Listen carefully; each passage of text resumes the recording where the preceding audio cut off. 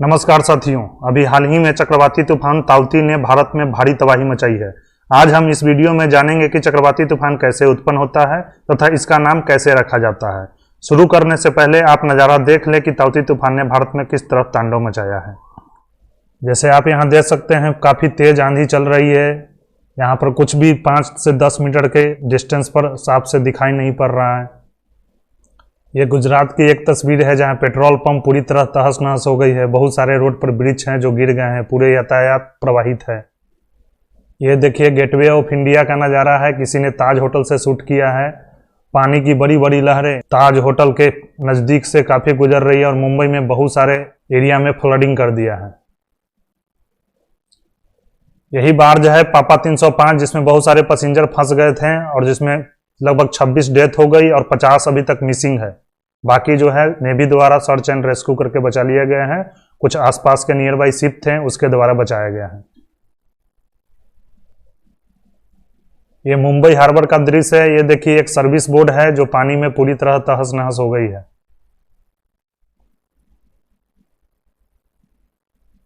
इस वीडियो में जो ये बाएं साइड देख रहे हैं, ये एक वाइल्ड रिग है जिसे डूबने का खतरा है। इसमें जो क्रू हैं इनको रेस्क्यू किया जा रहा है। और ये दाएं साइड जो देख रहे हैं, एक ऑफशोर सप्लाई जहाज है जो प्लेटफॉर्म को सपोर्ट करता है, उसी से बाकी लोगों को रेस्क्यू किया जा रहा है।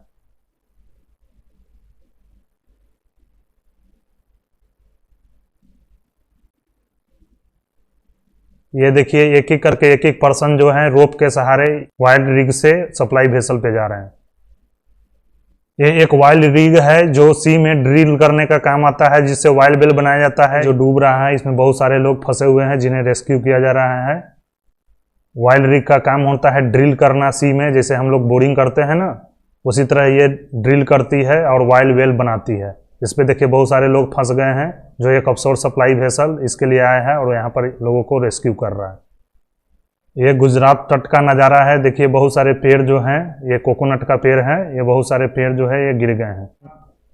आइए अब हम जानते हैं चक्रवाती तूफान बनने के पीछे क्या साइंस छिपा है। चक्रवाती तूफान अर्थात साइक्लोन को अलग अलग जगहों पर अलग अलग नामों से पुकारते हैं। आप साइक्लोन कहिए या ट्रॉपिकल साइक्लोन कहिए या TRS कहिए या हुरिकेन कहिए या बिली कहिए, टाइफून कहिए, सभी साइक्लोन का ही डिफरेंट नाम है। जैसे रोटी को कहीं पर चपाती तो कहीं पर ब्रेड बोलते हैं, उसी तरह साइक्लोन का भी बहुत सारे नाम है। ये देखिए, नॉर्थ अटलांटिक ओशियन है। नॉर्थ अटलांटिक ओशियन के इस एरिया में जो भी साइक्लोन बनते हैं, आसपास के जितने कंट्री है, USA, मैक्सिको, कैरेबियन आइलैंड के जितने आइलैंड हैं, ये सभी जो है इन्हें हुरिकेन बोलते हैं। और साउथ अटलांटिक में जो इस एरिया में जो भी साइक्लोन बनते हैं उन्हें भी हुरिकेन बोला जाता है। ये साउथ चाइना सी में जापान के पास ये इस एरिया में जो भी साइक्लोन बनते हैं, तो आसपास के जितने कंट्री है यहाँ पर उन्हें टाइफून बोलते हैं।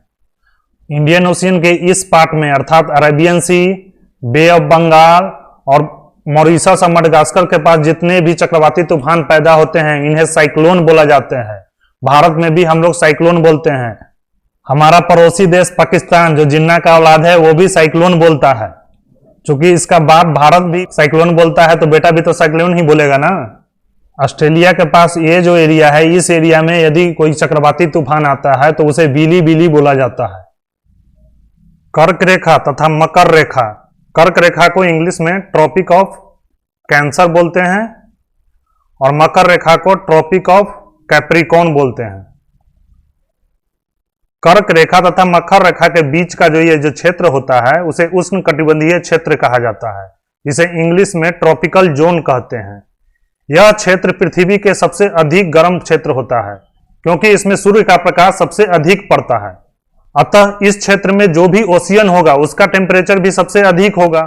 ट्रॉपिकल जोन में जो वाटर होते हैं उसे ट्रॉपिकल ओशियनिक वाटर बोलते हैं।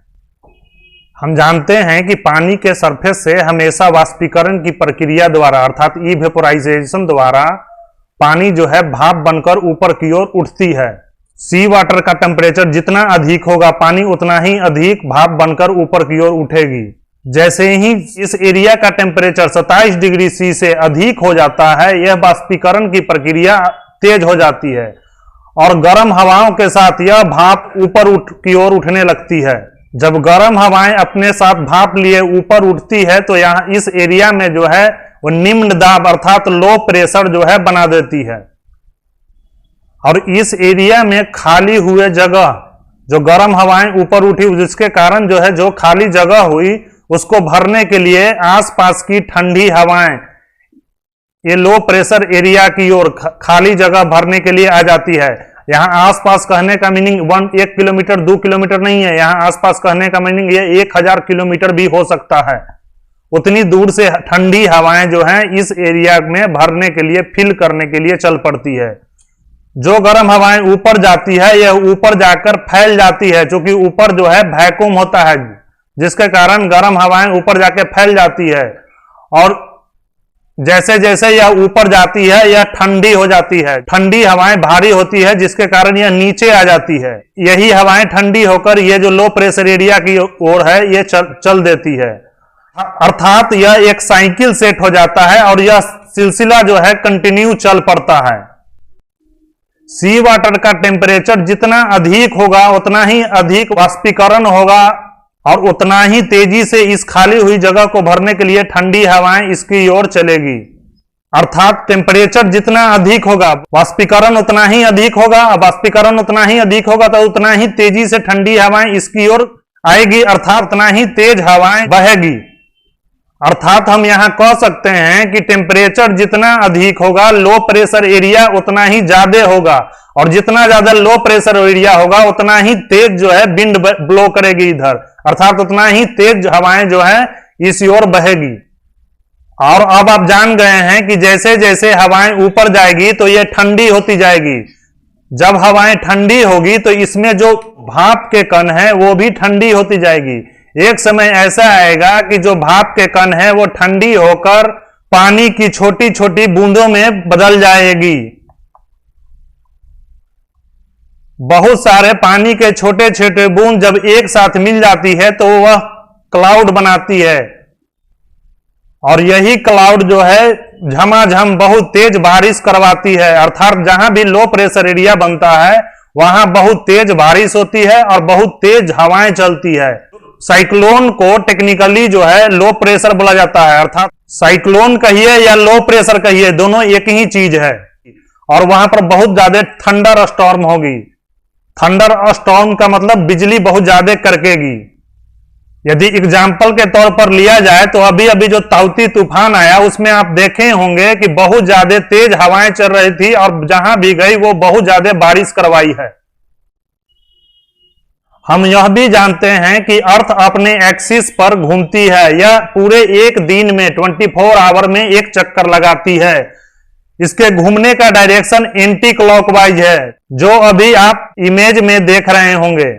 एंटी क्लॉकवाइज डायरेक्शन को वेस्ट टू ईस्ट डायरेक्शन भी कहते हैं, जैसे ये वेस्ट से अभी ईस्ट की ओर घूम रही है। अभी मैंने आपको बताया कि लो प्रेशर जहां बनती है उस ओर ठंडी हवाएं जो है बहना शुरू हो जाती है, और ये हवाएं बहुत तेज बहती है।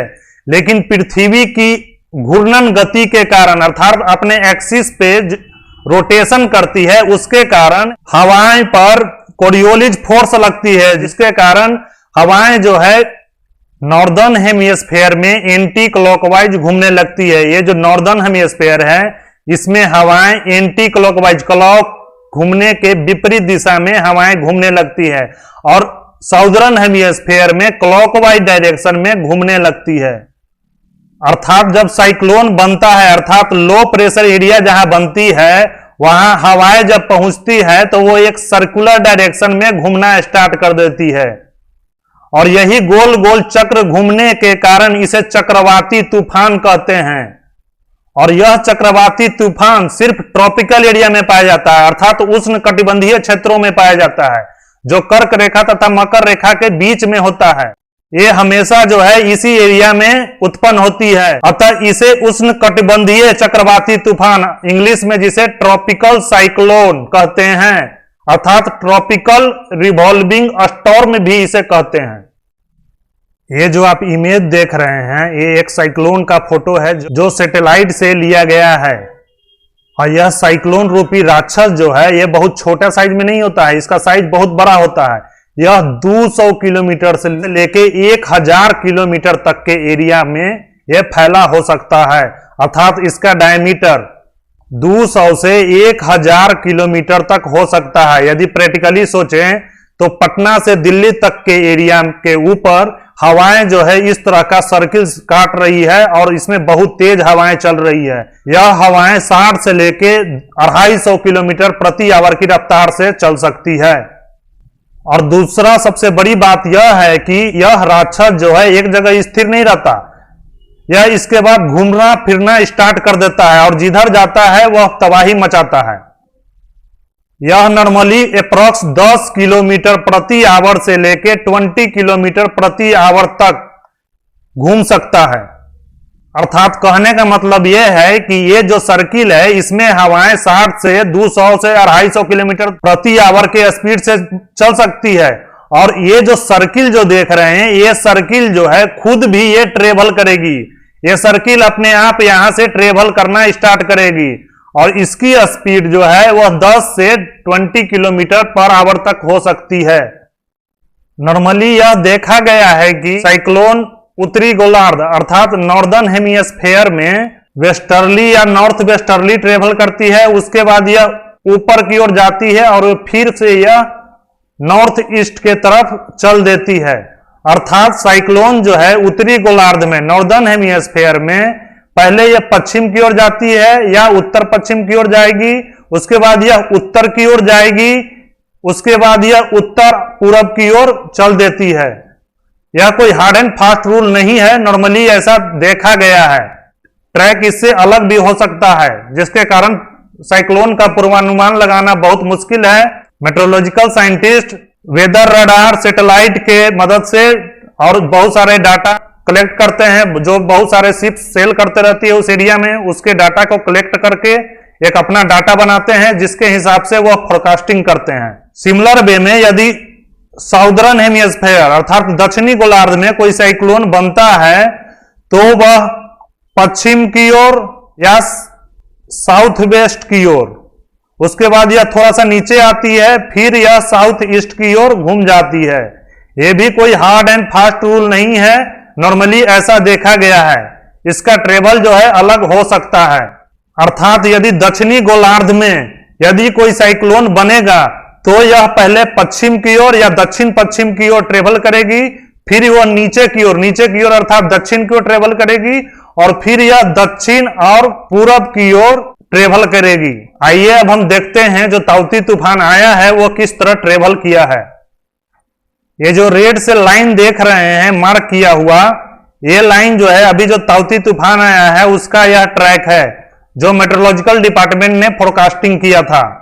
जैसे मैंने अभी आपको बताया, उत्तरी गोलार्ध में यह पहले वेस्टर्ली या नॉर्थ वेस्टर्ली ट्रेवल करती है, उसके बाद यह ऊपर की ओर जाती है और उसके बाद यह नॉर्थ ईस्ट की ओर घूम जाती है। इस तरह यहां पर देखें कि यह पहले वेस्टर्ली या नॉर्थ वेस्टर्ली नहीं गई, ये यहां से सीधे ऊपर उठी, उसके बाद थोड़ा सा ये नॉर्थ वेस्ट गई, फिर ये नॉर्थ ईस्ट की ओर घूम गई।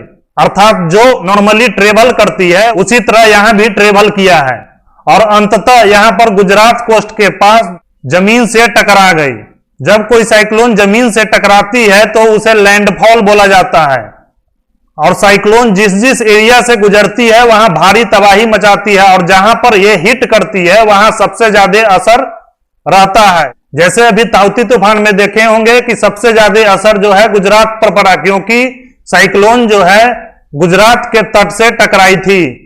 साइक्लोन जमीन से टकराने के बाद धीरे धीरे खत्म हो जाती है, क्योंकि साइक्लोन को पैदा होने के लिए वाटर तथा टेम्परेचर चाहिए। जमीन पर टेम्परेचर तो मिल जाती है लेकिन पानी नहीं मिलती। पानी की बहुत सारी मात्राएं सिर्फ समुद्र में मिलती है, जिसके कारण साइक्लोन धीरे धीरे कमजोर हो जाता है और वह धीरे धीरे खत्म हो जाती है।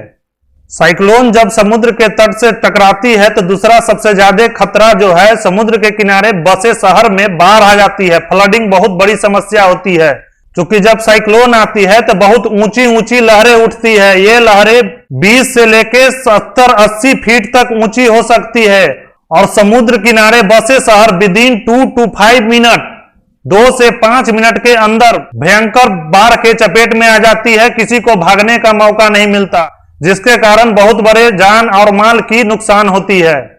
जैसे आप लोग देख सकते हैं कि अभी जो ताउती तूफान आया है, जिसके कारण कितनी ऊंची ऊंची लहरें जो है उठ रही है। ये देखिए, गेटवे ऑफ इंडिया से भी ऊंची लहरें उठ रही है। और यहाँ पर एक हीरो जो है मजा लेने आए हैं। कोई ऐसा लहर आएगा, इनको साथ लेके हीरोइन के पास पहुंचा देगा। आप यहाँ भी देख सकते हैं, किसी ने ताज होटल से या उसके आसपास एरिया से शूट किया है। और इस अचानक आए पानी के कारण ये देख सकते हैं, जो रोड किनारे जो झुग्गी झोपड़ी में रहते हैं, उन्हें कितनी ज्यादा मुश्किलों के सामना करना पड़ रहा है। जो अति आवश्यक कामों से रोड पर निकले थे, उन्हें देखिए कितनी परेशानी हो रही है। ये अपनी जान जोखिम में डालकर किसी अति आवश्यक काम से बाहर आए हैं। अतः आप समझ सकते हैं कि साइक्लोन जो है अपने साथ भारी तबाही लेकर आती है। साइक्लोन के कारण जब अचानक वाटर का लेवल बहुत ज्यादा बढ़ जाता है, तो इस प्रक्रिया को टाइडल वेव या स्टॉर्म सर्ज कहते हैं। अभी जो ताउती तूफान आया है, उसे वेरी सीवियर साइक्लोन कैटेगरी में रखा गया है, जिसे हिंदी में अत्यंत गंभीर चक्रवाती तूफान कहते हैं। यह category IMD, Indian meteorological department, भारतीय मौसम विभाग रखता है। यह कैटेगरी हवा के स्पीड के आधार पर रखा जाता है। जब हवाएं 63 से 97 के बीच चलती है, तो उसे मॉडरेट साइक्लोन कहते हैं। जब हवाएं 98 से 116 के स्पीड तक चलती है, तो उसे सीवियर साइक्लोन कहते हैं, जिसे हिंदी में गंभीर चक्रवाती तूफान कहते हैं। जब हवाएं 117 से 220 किलोमीटर तक के स्पीड चलती है, तो उसे वेरी सीवियर साइक्लोन कहते हैं, अर्थात अत्यंत गंभीर चक्रवाती तूफान। और जब हवाएं 220 के ऊपर से चलती है, तब उसे सुपर साइक्लोन कहते हैं। भारत से लगे अरेबियन सी तथा बे ऑफ बंगाल में अक्सर साइक्लोन जो है आते रहते हैं। अरेबियन सी में अक्सर स्टार्ट ऑफ मानसून और एंड ऑफ मानसून के आसपास हमेशा जो है साइक्लोन आने की संभावना अधिक रहती है, और मई में ये संभावनाएं काफी अधिक होती है। ऐसे तो मिड अप्रैल से लेके मिड जून तक साइक्लोन जो है आ सकती है, और नवंबर दिसंबर में भी साइक्लोन आ सकती है, लेकिन मई महीने में सबसे ज्यादा संभावना होती है। सिमिलरली बे ऑफ बंगाल में मई महीने में सबसे ज्यादा संभावना होती है साइक्लोन उत्पन्न होने की। ऐसे तो बंगाल की खाड़ी में मई से लेकर दिसंबर तक कभी भी साइक्लोन उड़ सकती है, लेकिन मई महीने में सबसे ज्यादा संभावना होती है। उसके बाद नवंबर, दिसंबर तथा अक्टूबर में साइक्लोन उत्पन्न होने की संभावना बढ़ जाती है। तूफानों का नाम कैसे रखा जाता है? जैसे इस बार जो साइक्लोन आया, उसका नाम ताउती रखा गया। इसके बारे में मैं नेक्स्ट वीडियो में बताऊंगा। तब तक के लिए धन्यवाद। यदि मेरा वीडियो पसंद आया तो मेरे चैनल को सब्सक्राइब करें, लाइक करें और दूसरों मित्रों को शेयर करें।